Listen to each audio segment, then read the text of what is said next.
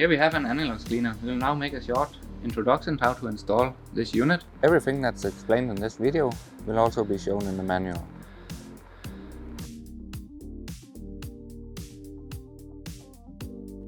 Once the unit has been unpacked and placed in the designated area for the unit, it's important that it's leveled out completely on all angles.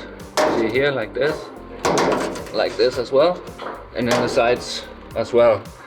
What you do to adjust the level is you have a bolt here, you need to loosen it, and then you can adjust the feet up and down to adjust the level.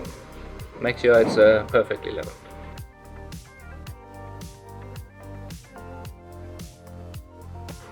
Here we have connection for the air supply.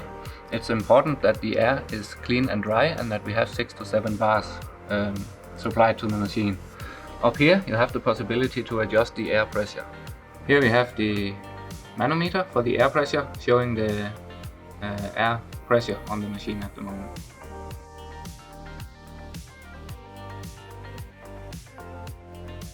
Next step is filling the tank with liquid. We have the liquid tank here.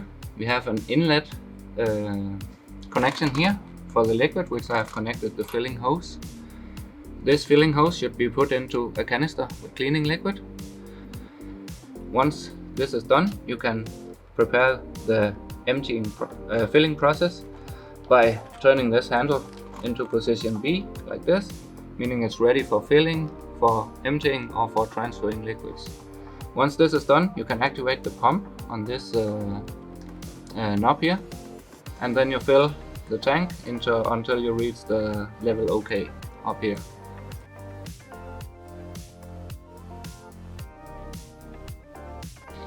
Here we have the connection point for the water supply of the high pressure pump in the that drives the rinsing process in the machine. The water supply is connected here. It's important that the water supplied to it has a sufficient amount for the pump. It's stated on the pump and on the machine how much is needed. It's important that the water is clean without dirt particles in it.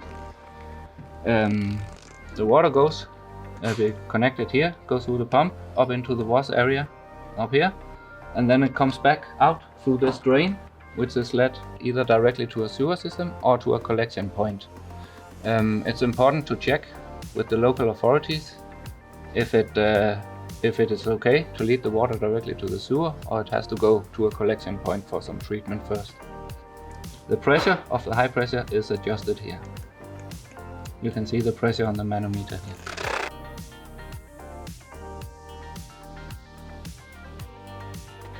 Here we have the power supply cable coming to the machine from the power supply of the customer.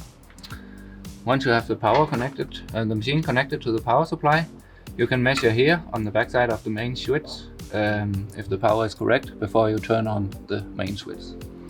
Here we have the main switch. Once the power is connected and the power is checked that it's correct, you can turn on the main switch.